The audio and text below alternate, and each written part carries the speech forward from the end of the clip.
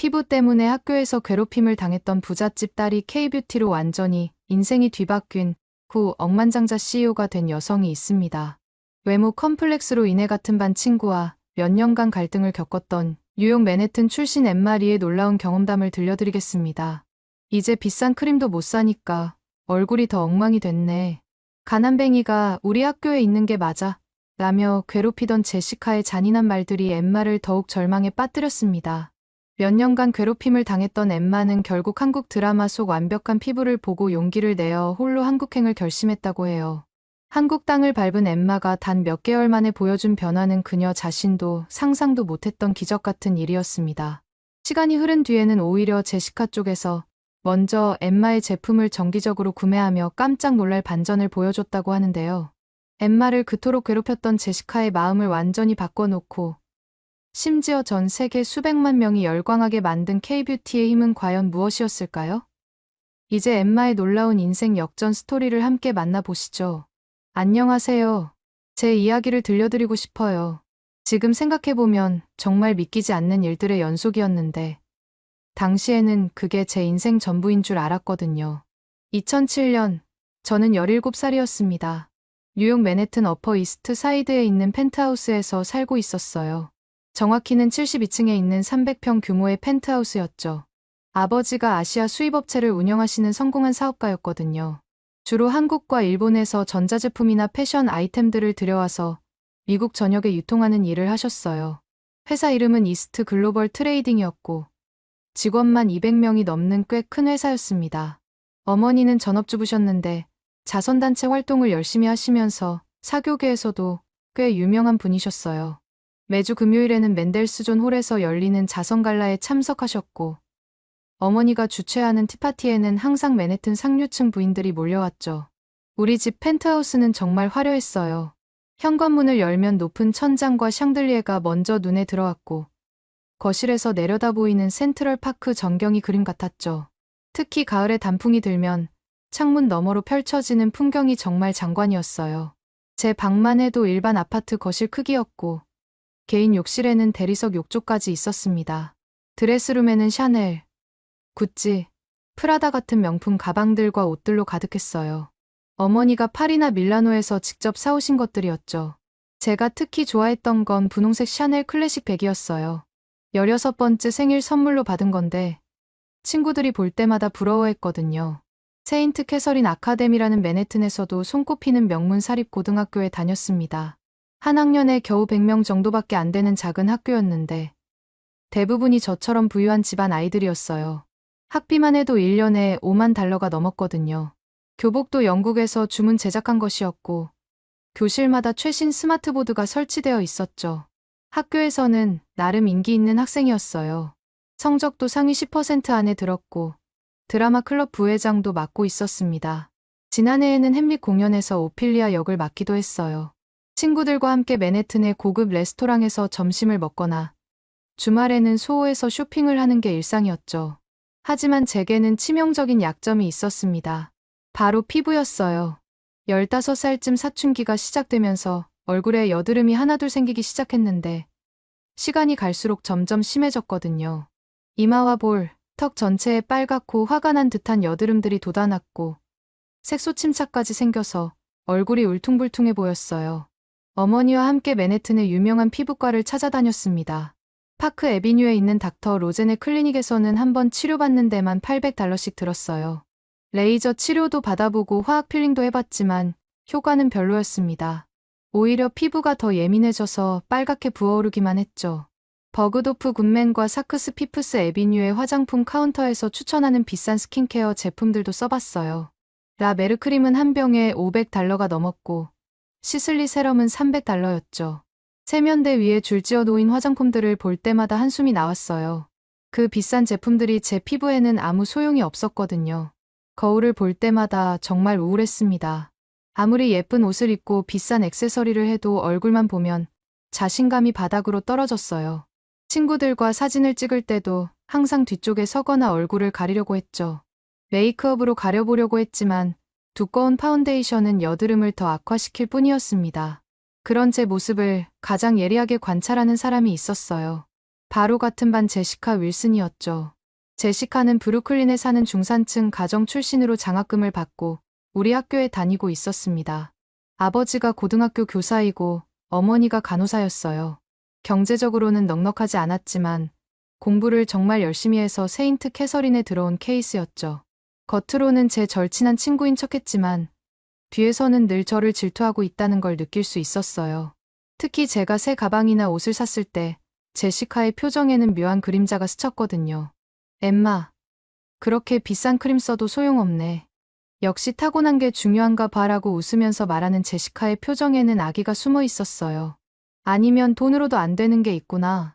유전자는 바꿀 수 없으니까 라면서 마치 위로하는 듯한 톤으로 상처를 주곤 했습니다. 처음에는 그냥 친구의 농담인 줄 알았어요. 하지만 시간이 갈수록 그런 말들이 제 마음에 깊은 상처를 남긴다는 걸 깨달았죠. 그럴 때마다 가슴이 쿵 내려앉는 기분이었어요. 하지만 당시에는 제시카가 진짜 친구라고 생각했거든요. 제시카가 그렇게 저에게 날카로운 말을 하는 이유가 있었습니다. 바로 데이빗 체이스 때문이었어요. 데이빗은 우리 학교의 완벽한 남학생이었죠. 학생회장이면서 축구팀 주장이었고 키가 185cm의 갈색 머리와 파란 눈을 가진 정말 잘생긴 학생이었어요. 성적도 전교 1등이었고 하버드 대학 조기 전형에 합격했다는 소문도 있었습니다. 학교에서 데이빗을 좋아하지 않는 여학생은 거의 없었어요. 복도를 지나갈 때마다 여학생들의 시선이 일제히 그에게 향했죠. 하지만 데이빗은 누구에게나 친절했고 잘난 척하는 모습도 전혀 없었어요. 제시카는 데이빗을 정말 열렬히 좋아했습니다. 1학년 때부터 줄곧 짝사랑해왔거든요. 데이빗의 축구 경기가 있는 날이면 항상 응원석 맨 앞자리에 앉아서 큰 소리로 응원했고 학생회 일도 자원해서 도와주곤 했어요. 데이빗의 생일에는 직접 만든 초콜릿 케이크를 가져다 주기도 했죠. 하지만 데이빗은 제시카보다 저에게 더 관심을 보였거든요. 드라마 클럽 연습이 끝나고 나면 항상 저를 찾아와서 이야기를 나눴어요.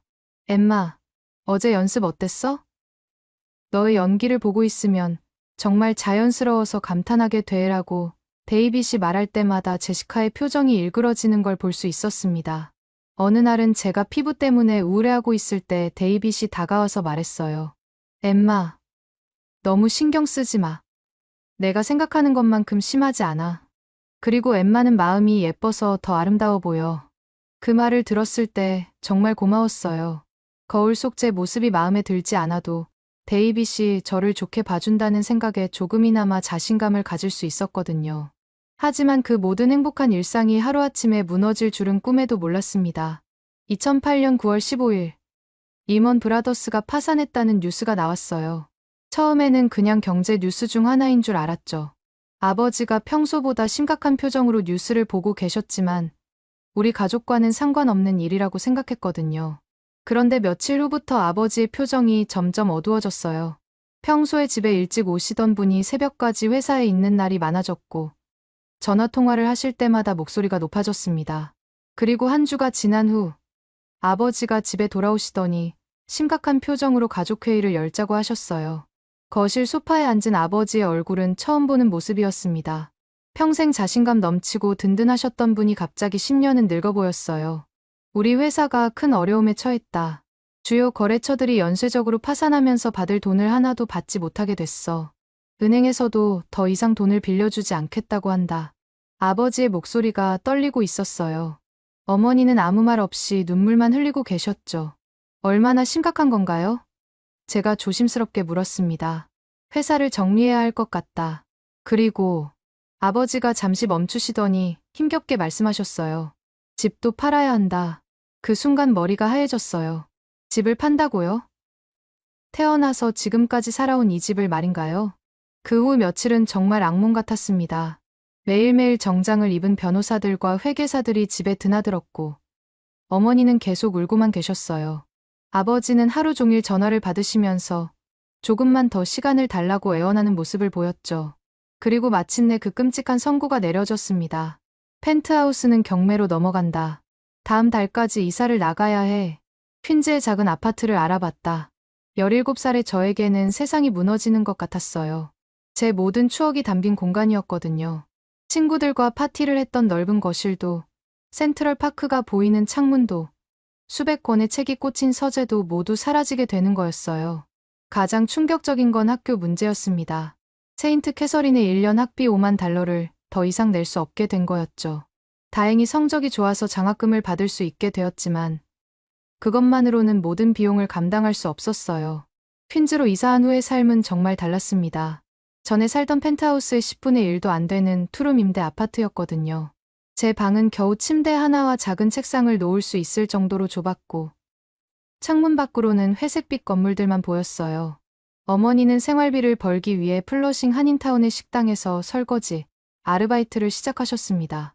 손에 굳은 살이 박이고 허리가 아프다고 하시면서도 묵묵히 일하시는 어머니를 보면서 가슴이 너무 아팠어요. 이 모든 변화 속에서 가장 힘든 건 학교 생활이었습니다. 예전처럼 친구들과 값비싼 레스토랑에서 점심을 먹거나 쇼핑을 할 수 없게 되었거든요. 점심도 학교 식당에서 무료 급식을 받아야 했죠. 그리고 그 모든 변화를 가장 예리하게 지켜보고 있는 사람이 바로 제시카였습니다. 이제 그녀의 진짜 모습이 드러날 때가 온 거였어요. 그런데 진짜 지옥은 그때부터 시작되었어요. 제시카의 태도 변화는 정말 충격적이었습니다. 예전에 제 앞에서는 엠마, 넌 정말 부러워라고 말하던 그 입으로 이제는 완전히 다른 말들을 쏟아내기 시작했거든요. 마치 그동안 가면을 쓰고 있었던 것처럼요. 월요일 아침이었어요. 제가 지하철을 타고 와서 교실에 들어서는데 제시카가 친구들과 함께 앉아서 제 방향을 보며 킥킥거리고 있었습니다. 어머, 지하철 냄새 나는 것 같지 않아? 가난뱅이들이 타는 지하철 말이야라고 일부러 크게 말하더라고요. 처음에는 설마 저한테 하는 말인가 싶었어요. 하지만 제시카의 눈빛을 보는 순간 확신했습니다. 저를 겨냥한 말이라는 거요. 점심시간이 되자 더욱 노골적으로 변했어요. 제가 무료급식 줄에 서 있는데 제시카가 다가왔습니다. 엠마, 정말 안 됐다. 그런데 솔직히 지금이 내 진짜 모습인 것 같아. 예전에는 아빠 돈으로 가짜 생활했던 거잖아. 그 말을 들었을 때 가슴이 철렁 내려앉았어요. 하지만 더 충격적인 건 그 다음이었습니다. 근데 진짜 신기하다. 돈 없어지니까 얼굴도 더 못생겨진 것 같아. 스트레스인가? 제시카가 말하면서 제 얼굴을 위아래로 훑어보는 시선이 정말 차갑게 느껴졌어요. 그날 오후 드라마 클럽 연습 시간에도 제시카의 괴롭힘은 계속되었습니다. 엠마, 의상비 낼 수 있어? 아니면 엄마한테 더 많이 설거지하라고 해야겠네라고 다른 아이들 앞에서 말하는 거예요. 모든 시선이 저에게 집중되는 순간 너무 부끄러워서 얼굴이 빨갛게 달아올랐습니다. 더 견디기 힘든 건 소셜미디어에서의 괴롭힘이었어요. 제시카는 제가 예전에 올렸던 사진들을 일일이 캡처해서 자신의 인스타그램 스토리에 올리기 시작했습니다. 샤넬 가방을 들고 웃고 있는 제 모습 위에 가짜 부자 시절이라는 텍스트를 올리더라고요. 더 악질적인 건 제가 모르게 몰래 찍은 사진들이었습니다. 학교 식당에서 무료 급식을 받는 제 뒷모습, 낡은 운동화를 신고 복도를 걷는 모습, 심지어 화장실에서 나오는 모습까지 찍어서 올렸어요. 현실 버전이라는 캡션과 함께요. 그 게시물들에는 댓글이 수십 개씩 달렸습니다. 완전 다른 사람 같네. 역시 가짜는 가짜구나. 불쌍하긴 하지만 좀 웃기기도 해. 같은 댓글들을 보면서 정말 숨이 막혔어요. 가장 충격적이었던 건 제가 퀸즈에 있는 편의점에서 아르바이트하는 모습을 찍은 사진이었습니다. 제시카가 친구들과 함께 일부러 찾아온 거였어요. 저는 몰랐는데 몰래 사진을 찍어서 엠마의 새로운 직업이라는 제목으로 올린 거죠. 그 사진 아래 댓글들은 정말 잔인했어요. 세인트 캐서린 학생이 편의점에서 일하네. 진짜 추락이다. 엄마는 설거지. 딸은 편의점 같은 말들이 끝없이 올라왔습니다. 학교에서도 다른 아이들의 시선이 달라지기 시작했어요. 복도에서 저를 보면 수군거리거나 피하는 아이들이 많아졌습니다. 예전에 함께 점심을 먹던 친구들도 하나둘 저를 피하기 시작했어요. 사라가 먼저 거리를 두기 시작했습니다. 엠마, 미안해. 요즘 너무 바빠서라고 말하면서도 제 눈을 제대로 보지 못하더라고요. 에밀리도 마찬가지였어요. 가족 일이 있어서라며 핑계를 대고 저와의 약속들을 하나씩 취소하기 시작했습니다. 가장 마음이 아팠던 건 데이빗의 변화였어요. 처음 며칠간은 제 상황을 걱정해 주려고 노력했습니다. 엠마, 괜찮아. 힘들면 언제든 말해라고 조심스럽게 물어보기도 했어요. 하지만 제시카가 데이빗에게 압력을 가하기 시작하면서 상황이 달라졌습니다. 어느 날 학생회실에서 제시카와 데이빗이 대화하는 소리를 우연히 들었어요. 문이 살짝 열려 있었거든요. 데이빗, 너 정말 엠마 도와줄 거야? 학생회장인 내가 그런 애랑 어울리면 내 이미지도 같이 떨어져. 대학 입학사정관들도 다 보고 있는데, 제시카, 그건 좀, 아니면 내가 엠마 좋아하는 거야? 가난뱅이 된 엠마를? 정말 이상하네. 예전에는 그렇게 무관심했으면서 그 대화를 들었을 때 가슴이 너무 아팠어요. 데이빗이 뭐라고 대답할지 숨을 죽이고 기다렸는데 한참 후에야 알겠어. 조심할게라는 작은 목소리가 들렸습니다. 그 후부터 데이빗이 정말로 저를 피하기 시작했어요. 복도에서 마주쳐도 어색하게 고개만 끄덕이고 지나가고 도서관에서 같이 공부하자고 해도 학생회 일이 바빠서라며 거절했습니다. 어느 날은 용기를 내서 데이빗에게 직접 물어봤어요. 데이빗, 내가 뭔가 잘못했나? 왜 이렇게 피하는 것 같지? 데이빗이 한참 동안 말하지 못하더니 결국 입을 열었습니다. 엠마, 미안해. 나도 입장이 있잖아. 학생회장이라는 자리도 있고 내 상황은 정말 안타깝지만 나까지 같이 묶여서는 안 될 것 같아. 그 말을 들었을 때 정말 배신감이 들었어요. 제가 가장 믿었던 사람마저 저를 버리는 기분이었거든요. 스트레스가 극에 달하면서 제 피부 상태도 더욱 악화되었습니다. 여드름이 얼굴 전체로 퍼졌고 목과 등까지 번지기 시작했어요.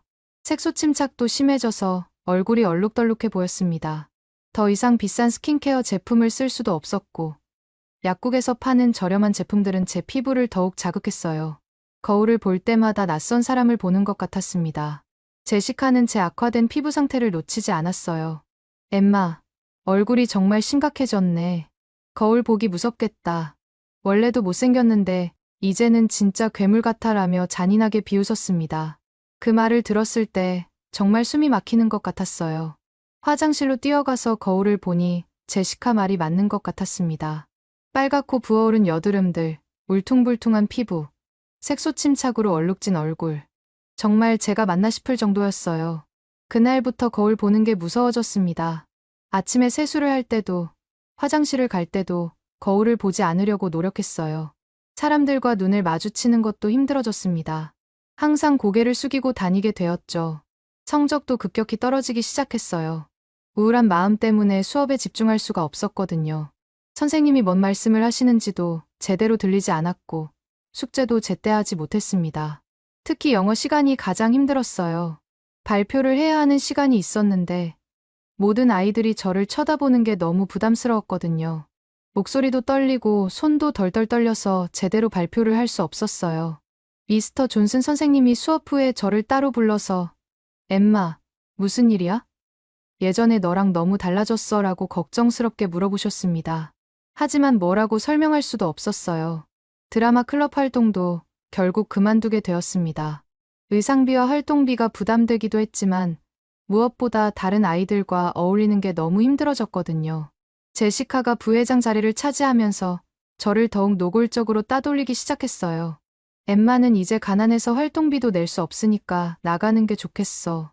우리도 부담스럽거든 이라고 다른 아이들 앞에서 말하는 제시카를 보면서 정말 원망스러웠습니다. 아르바이트 때문에 더욱 힘들어졌어요. 방과 후에는 편의점에서 일해야 했고 주말에는 맥도날드에서도 일했습니다. 하루에 서너 시간씩 일해야 겨우 용돈과 교통비를 벌 수 있었어요. 편의점에서 일할 때가 가장 힘들었습니다. 학교 아이들이 가끔 들어왔거든요. 저를 알아보고는 수군거리거나 사진을 찍는 아이들도 있었어요. 특히 제시카 패거리들이 와서 일부러 시비를 걸 때는 정말 견디기 힘들었습니다. 여기 계산 틀렸는데 제대로 못하네. 역시 가난뱅이는 머리도 나쁜가 봐라고 말하면서 킥킥거리는 소리를 들으면 정말 화가 났지만 참을 수밖에 없었어요. 일자리를 잃을 수는 없었거든요. 집에서도 편안할 수가 없었어요. 옆집에서 들려오는 아기 울음소리, 아래층의 텔레비전 소리, 벽이 얇아서 모든 소음이 다 들렸습니다. 숙제를 하려고 해도 집중이 안 되었어요.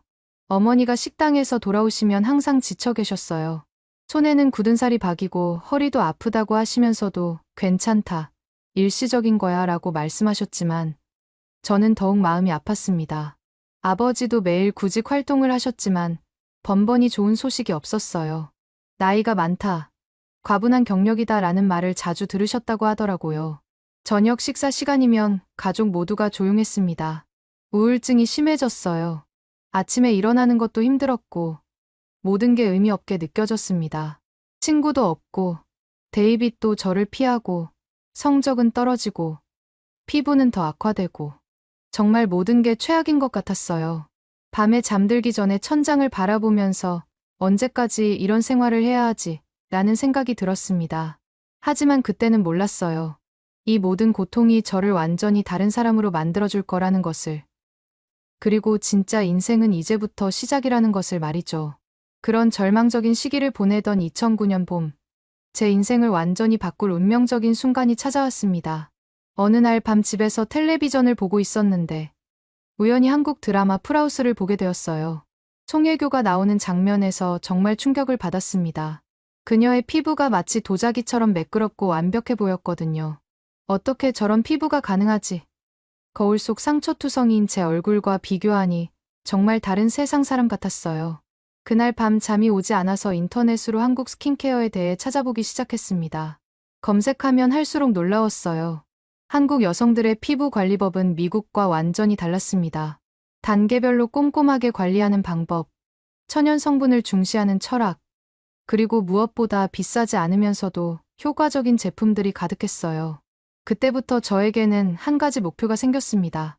한국에 가서 직접 그 비법을 배우겠다는 것이었어요. 부모님께 한국 어학연수를 가고 싶다고 말씀드렸을 때 반응은 예상대로였습니다. 지금 우리 형편에 그런 여유가 어디 있니? 라고 아버지가 한숨을 쉬셨어요. 어머니도 대학 진학 준비를 해야 할 시기 아니니? 라며 걱정스러워 하셨죠. 하지만 저는 포기할 수 없었습니다.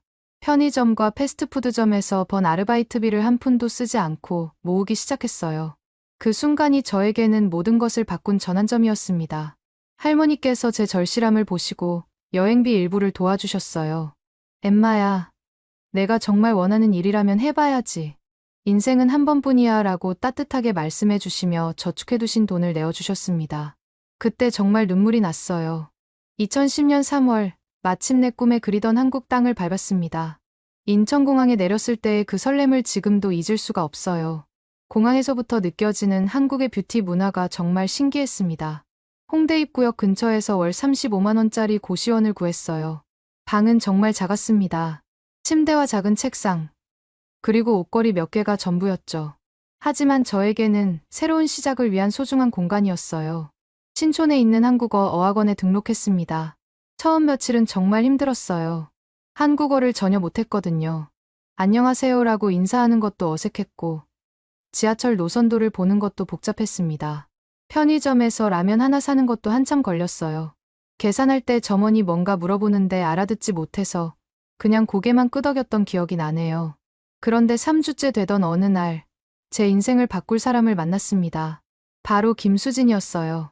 수진은 같은 고시원에 살던 동갑내기 대학생이었습니다.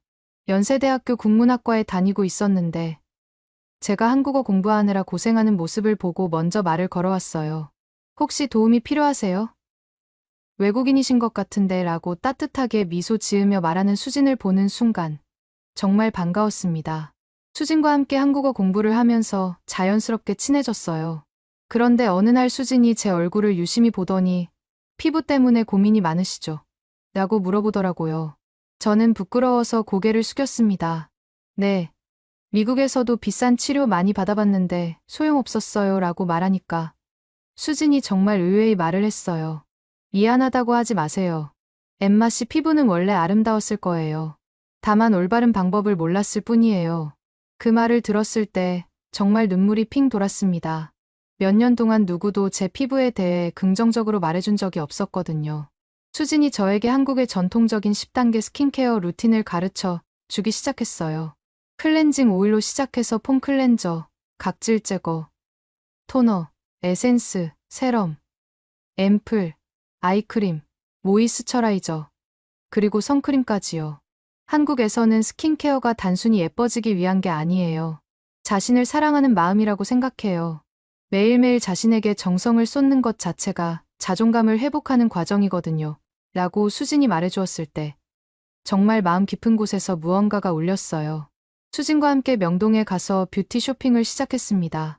올리브영에 처음 들어갔을 때의 그 놀라움이란, 미국에서는 하나에 $100가 넘던 제품들과 비슷한 효과를 내는 제품들이 10,000원, 20,000원에 팔리고 있었어요. 이니스프리에서 제주도 녹차로 만든 제품들을 보고, 에뛰드하우스에서 귀여운 패키징의 제품들을 구경하고, 더 페이스샵에서 천연 성분 제품들을 체험해보는 것이 정말 신기했습니다. 수진이 제 피부 타입에 맞는 제품들을 하나씩 추천해 주었어요. 엠마는 예민한 피부니까 이런 순한 성분 제품부터 시작해보세요라고 말하면서 정말 세심하게 골라주더라고요. 첫날 밤 새로운 스킨케어 루틴을 따라해봤습니다. 10단계나 되는 과정이 처음에는 번거롭게 느껴졌지만 하나하나 정성스럽게 하다 보니 마음이 차분해지더라고요. 마치 자신에게 주는 선물 같은 기분이었어요. 이 주일이 지났을 때 처음으로 작은 변화를 느꼈습니다. 새로 올라오던 여드름이 줄어들기 시작한 거예요. 한 달이 지나자 색소 침착도 조금씩 옅어지는 것 같았어요. 수지는 제 변화를 누구보다 기뻐했습니다. 엠마, 정말 많이 좋아졌어요. 피부도 피부지만 표정이 완전히 달라졌어요 라고 말하면서 함께 기뻐해 주었어요. 3개월이 지났을 때 거울을 보고 정말 깜짝 놀랐습니다. 여드름은 거의 사라졌고 피부톤도 균일해져 있었어요.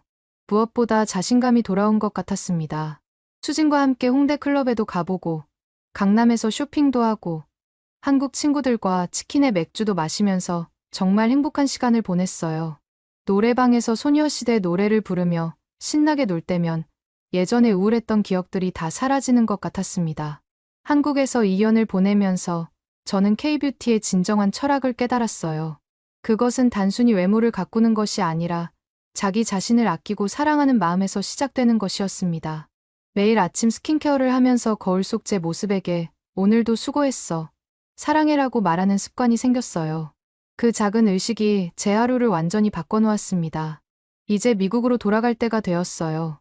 하지만 저는 더 이상 예전에 그 상처받고 자신감 없던 엠마가 아니었습니다. 한국에서 배운 것들을 가지고 새로운 꿈을 키우기 시작했어요. 바로 이 놀라운 K뷰티 문화를 미국에 알리겠다는 꿈 말이에요. 한국에서 2년을 보낸 후 22살에 저는 모든 것을 가슴에 품고 뉴욕으로 돌아왔습니다. 공항에 마중 나온 부모님이 저를 보시고 깜짝 놀라시더라고요. 엠마, 정말 많이 달라졌구나. 완전히 다른 사람 같아라고 어머니가 눈물을 글썽이며 말씀하셨어요. 퀸즈에 있는 작은 사무실 한 칸을 임대해서 서울 글로우라는 회사를 설립했습니다. 한국에서 배운 K뷰티 철학과 제품들을 미국 시장에 소개하겠다는 꿈을 실현하기 위해서였거든요. 회사 모토는 아름다움은 비싼 제품에 있는 것이 아니라 꾸준한 관리와 자기 사랑에 있다였어요. 처음 몇 달은 정말 힘들었습니다. 사무실은 겨우 10평 남짓한 작은 공간이었고 직원도 저 혼자뿐이었어요. 아침에는 제품 포장을 하고 오후에는 배송을 나가고 저녁에는 고객 상담을 하는 일상이 반복되었죠. 손톱 밑에 포장재 테이프 자국이 늘 있었을 정도였어요. 하지만 저에게는 특별한 무기가 있었습니다. 바로 진솔한 제 이야기였거든요. 인스타그램과 유튜브에 용기를 내서 제 비포 애프터 사진을 올렸어요. 고등학교 시절 여드름으로 고생했던 모습과 한국에서 K뷰티로 변화된 모습을 나란히 올리면서 제 이야기를 진솔하게 털어놓았습니다. 저는 피부 때문에 괴롭힘을 당했지만 한국이 저에게 진정한 아름다움은 자기 사랑에서 나온다는 것을 가르쳐 주었어요. 라는 메시지를 담아서 10분짜리 영상을 만들었거든요. 처음에는 조회수가 100명도 안 되었어요. 그런데 한 달 후 갑자기 조회수가 폭발적으로 늘기 시작했습니다. 하루에 10,000명, 10만 명, 50만 명까지 늘어나면서 그 영상이 바이럴 되었어요. 전 세계 수백만 명이 시청하게 되었고 댓글에는 나도 엠마와 똑같은 경험을 했어. 정말 용기를 주는 이야기야. K뷰티 제품 어디서 살 수 있어? 라는 메시지들이 쏟아졌습니다. 그때부터 주문이 폭주하기 시작했어요. 하루에 100개씩 들어오던 주문이 1000개, 2000개까지 늘어났습니다. 저 혼자서는 감당할 수 없어서 직원들을 고용하기 시작했어요. 특히 저와 같은 피부 고민을 가진 10대들을 위한 제품 라인 세컨드 찬스를 출시했을 때 정말 큰 반향이 있었습니다. 순한 성분으로 만든 클렌징 폼, 진정 토너, 여드름 케어 세럼 등이 실제로 많은 사람들에게 도움이 되었거든요. 가장 기억에 남는 고객 후기가 있어요. 16살 소녀가 보낸 편지였는데 엠마 언니 덕분에 저도 거울을 보는 게 무섭지 않아졌어요. 친구들도 제가 예뻐졌다고 해요. 정말 고마워요. 라는 내용이었습니다. 그 편지를 읽으면서 정말 눈물이 났어요. 3년 후에는 첫 번째 매장을 맨해튼에 열었습니다. 소호 지역의 작은 매장이었는데 오픈 첫날부터 사람들이 줄을 서서 기다릴 정도였어요. 제가 직접 매장에 나가서 고객들과 상담하고 K뷰티 루틴을 설명해 드렸습니다. 창업 5년 후 27살이 되었을 때 서울 글로우는 미국 전역에 300개 매장을 두고 전 세계 50개국의 제품을 판매하는 글로벌 브랜드가 되었어요. 포브스 30 언더 30에도 선정되었고 회사 가치는 5억 달러에 이르렀습니다. 그런데 정말 믿기 힘든 일이 일어났어요. 창업 6년째 되던 가을 어느 날 맨해튼에 있는 서울 글로우 플래그십 스토어에서 회의를 하고 있었는데 밖에서 익숙한 목소리가 들렸습니다. 고개를 돌려보니 제시카가 서 있더라고요. 10년 만에 보는 그녀의 모습이었어요. 제시카는 저희 세컨드 찬스 제품들을 들고 있었어요. 직원과 이야기하면서 이 브랜드 정말 좋아요. 특히 이 여드름 세럼이 최고예요. 제 피부가 완전히 달라졌거든요 라고 말하고 있었습니다. 그런데 제가 다가가자 제시카의 얼굴이 하얗게 질렸어요. 엠마, 설마 내가 이 회사 사장이야? 라고 떨리는 목소리로 물어보더라고요. 손에 들고 있던 제품들을 떨어뜨릴 뻔했습니다. 그 순간 정말 복잡한 감정이 들었어요.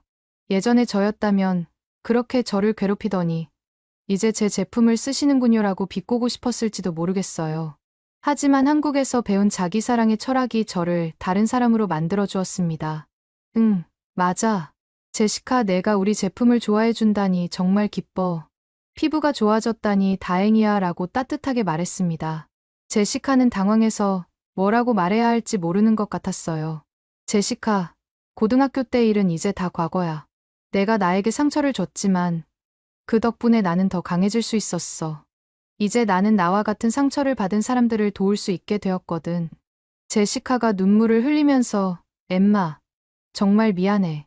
그때 내가 너무했어. 질투 때문에 그랬던 것 같아. 용서해줘라고 사과했습니다. 저는 그녀를 진심으로 용서했어요. 괜찮아. 우리 모두 성장했으니까 라고 말하면서 제시카를 안아주었습니다. 그해 겨울 포브스 30 언더 30 어워드 축하 파티가 열렸어요. 맨해튼의 고급 호텔에서 열린 그 파티에서 정말 놀라운 재회가 기다리고 있었습니다. 엠마? 뒤에서 들려온 목소리에 돌아보니 데이빗이 서 있었어요. 하버드 MBA를 졸업하고 골드만삭스에서 일하는 성공한 펀드 매니저가 된 그의 모습이었습니다.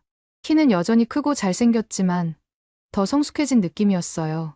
정말 너 맞니? 완전히 달라졌구나. 아니, 더 아름다워졌어 라고 데이빗이 감탄하며 말했습니다. 고등학교 때 너를 제대로 도와주지 못해서 정말 미안해. 그때 내가 얼마나 힘들었을지 지금 생각해보니 너무 후회돼. 제시카한테 휘둘려서 너와 거리를 둔 게 정말 바보 같았어. 하지만 지금 너를 보니 정말 자랑스러워. 내가 이뤄낸 것들이 정말 대단해. 데이빗과 다시 만나게 된 것도 신기했지만 더 놀라운 건 그가 저희 내적 성장에 끌린다고 말한 것이었어요. 너는 예전보다 훨씬 아름다워졌어. 성공 때문이 아니라 내 마음이 더 아름다워졌기 때문이야. 고등학교 때도 너에게 끌렸지만 용기가 없었어. 이제는 다시는 놓치고 싶지 않아. 그때 제시카도 그 파티에 있었는데 데이빗이 저에게 관심을 보이는 모습을 보고 질투하더라고요. 데이빗은 그냥 내 돈 때문에 접근하는 거야. 고등학교 때 너 같은 애는 쳐다보지도 않았잖아. 라고 악의적으로 말했지만 저는 더 이상 그런 말에 흔들리지 않았어요. 데이빗과 저는 자연스럽게 연인이 되었습니다. 특히 제가 서울 글로우 재단을 설립해서 외모 컴플렉스와 괴롭힘으로 고생하는 청소년들을 돕는 모습을 보고 더욱 사랑하게 되었다고 하더라고요. 서울 글로우 재단에서는 매년 10만 명의 청소년들에게 무료로 제품과 전문 상담을 제공했어요. 모든 상처에는 이야기가 있고 모든 이야기는 치유받을 자격이 있다는 슬로건으로 전국의 학교를 돌아다니며 특별 강연도 했습니다. 성공하고 나서 가장 기뻤던 건 부모님의 빚을 모두 갚고 맨해튼에 새로운 집을 사들인 것이었어요. 어퍼 이스트 사이드의 펜트하우스였는데 예전에 살던 집보다도 더 좋았습니다. 아버지도 서울 글로우에 이사로 합류하셔서 저와 함께 새로운 꿈을 키워나가게 되었어요. 데이빗과 사귄 지 2년째 되는 봄날, 그가 저에게 프로포즈했습니다. 센트럴 파크의 벚꽃이 만개한 날, 무릎을 꿇고 반지를 내밀며 엠마, 나와 결혼해줘. 평생 너만을 사랑하고 싶어. 내가 없는 인생은 상상할 수 없어 라고 말하는 그 순간이 정말 꿈 같았어요. 결혼식은 뉴욕 플라자 호텔에서 올렸습니다. 한국에서 수진이 신부 들러리로 와주었고 전 세계에서 날아온 서울 글로우 직원들과 고객들이 축하해 주었어요. 웨딩드레스를 입고 버진 로드를 걸어갈 때 정말 동화 속 공주가 된 기분이었습니다. 제시카도 초대했지만 참석하지는 못했어요. 대신 인스타그램을 통해 엠마, 정말 축하해. 너의 행복을 진심으로 바라. 내가 보여준 용서의 마음을 평생 잊지 않을게라는 메시지를 보내주었습니다. 데이빗이 저에게 키스하는 순간의 사진 아래에는 수많은 축하 댓글이 달렸어요. 진짜 사랑이 이긴다. 엠마의 이야기에 감동받았어요. 정말 아름다운 커플, K뷰티 퀸의 해피엔딩이라는 따뜻한 메시지들이 가득했습니다. 지금 생각해보면 정말 믿기지 않는 여정이었어요. 맨해튼 펜트하우스에서의 화려한 시절, 가족의 몰락과 괴롭힘의 아픔, 한국에서의 기적적 변화, 그리고 성공과 진정한 사랑까지 모든 것이 연결되어 있었던 것 같습니다. 가장 중요한 건 한국에서 배운 자기 사랑의 철학이었어요. 외모를 가꾸는 것이 아니라 자신을 소중히 여기는 마음, 그것이 진정한 아름다움의 시작이라는 것을 깨달았거든요. 지금도 매일 아침 거울을 보며 오늘도 사랑해라고 말하는 습관을 유지하고 있습니다. 오늘의 이야기는 여기까지입니다. 마음에 드셨다면 구독과 좋아요 잊지 말고 한 번씩 눌러주세요. 소중한 시간 함께 해주셔서 진심으로 감사드리고 앞으로도 더 깊은 이야기로 여러분을 찾아뵐게요. 오늘 찾아뵐게요. 오늘 찾아뵐게요. 오늘 찾아뵐게요. 오늘 찾아뵐게요.